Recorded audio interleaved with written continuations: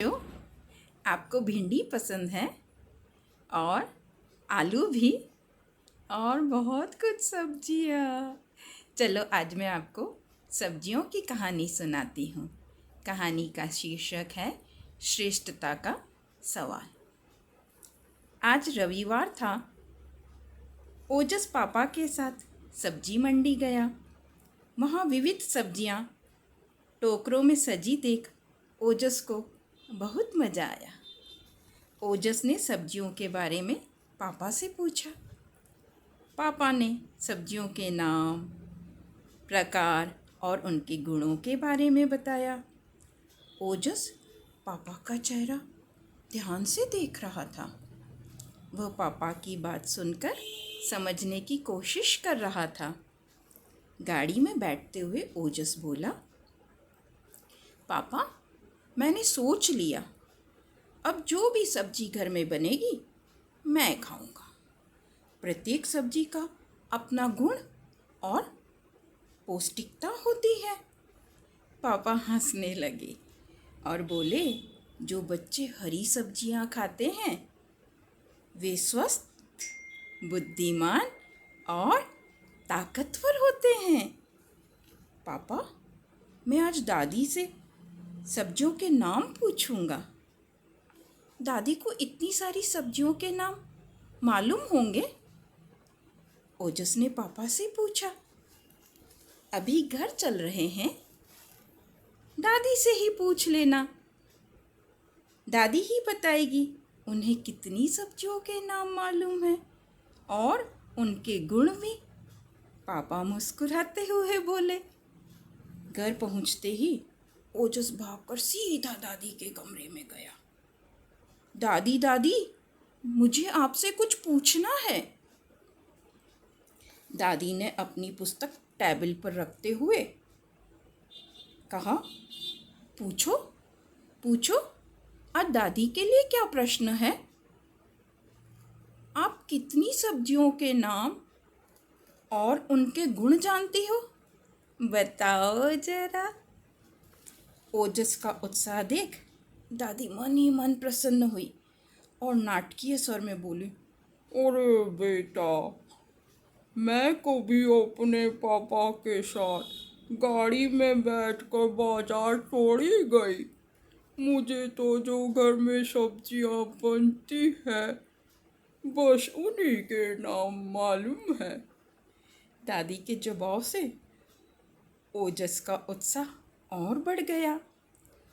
उसने सोफे पर बैठते हुए दादी को इशारे से सोफे पर बैठने के लिए कहा। आप मुझे रोज कहानी सुनाती हो, आज मैं आपको सब्जियों की कहानी सुनाता हूँ। एक सब्जी की दुकान थी। वहाँ टोकरे में बहुत सारी सब्जियाँ रखी हुई थी। एक टोकरे में रखी मिर्ची बोली, मैं तुम सब में श्रेष्ठ हूँ। मेरा रंग हरा और लाल है। मेरे सिर पर टोपी भी है। मिर्ची की बात सुन दूसरे टोकरे में रखे बैंगन को जोश आ गया और वह बोला, मैं श्रेष्ठ हूँ। मेरे सिर पे ताज भी है। बैंगन की बात से लौकी भड़क गई और बोली, चुप हो जा कालू, तेरे तो नाम में ही बैंगन है। बड़ा आया श्रेष्ठ बनने को। मैं सबसे श्रेष्ठ हूँ। तभी दूसरी टोकरी में से टमाटर चहक कर बोला, अरे तुम्हारी सब्जी का स्वाद तो मेरे आने से बढ़ता है। मैं श्रेष्ठ हूँ। तभी ककड़ी तपाक से बोली, सलाद में तो मैं तुम्हारा साथ देती हूँ।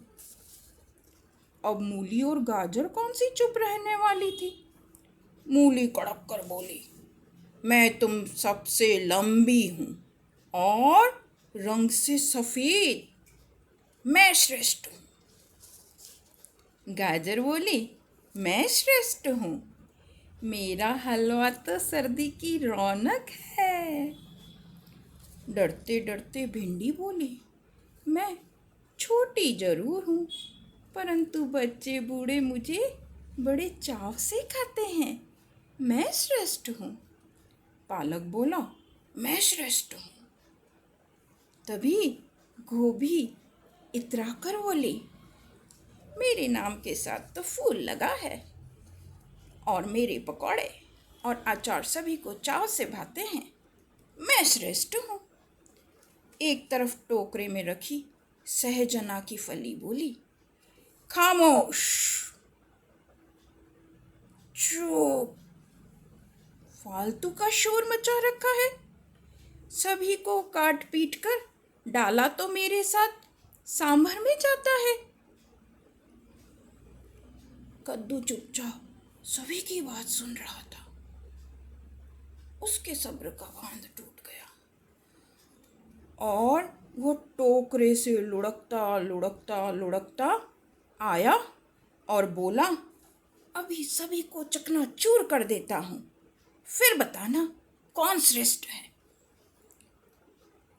धीरे से दुकान के कोने में रखे बोरे में से आलू बोला, मैं सभी के साथ मिलजुल कर रहता हूँ, तभी तो सभी सब्जियों में मिलाया जाता हूँ। मैं अपने स्वाद से अपने साथी सब्जी का स्वाद भी बढ़ा देता हूँ। हम सभी अपने अपने गुण और गुणों से श्रेष्ठ हैं। प्रकृति ने हमें अलग अलग रंग, रूप, आकार और गुण दिए हैं। आलू की बात सुनकर कराहते हुए टमाटर बोला, बात तो तुमने 100% सही कही। व्यर्थ ही हम झगड़ा कर रहे थे। टमाटर की बात सुनकर टोकरे में रखी सारी सब्जियां खिलखिलाकर हंसने लगी। चहककर ओजस ने पूछा, दादी, मैंने आपको कहानी सुनाई। कहानी में कितनी सब्जियों के नाम थे? आपको मज़ा आया ना? बताओ कितनी सब्जियां थी? ताली बजाकर दादी हंसते हुए बोली, लल्ला, कहानी तो बहुत लाजवाब थी, मजा आ गया। दादी को हंसता हुआ देखकर ओजस ने दादी के गले में बाहें डाल दी और दादी से लिपट गया। दादी भी ओजस को प्यार से सहलाने लगी। तो बच्चों, कैसी लगी आपको मेरी कहानी? कमेंट बॉक्स में कमेंट करके ज़रूर बताना।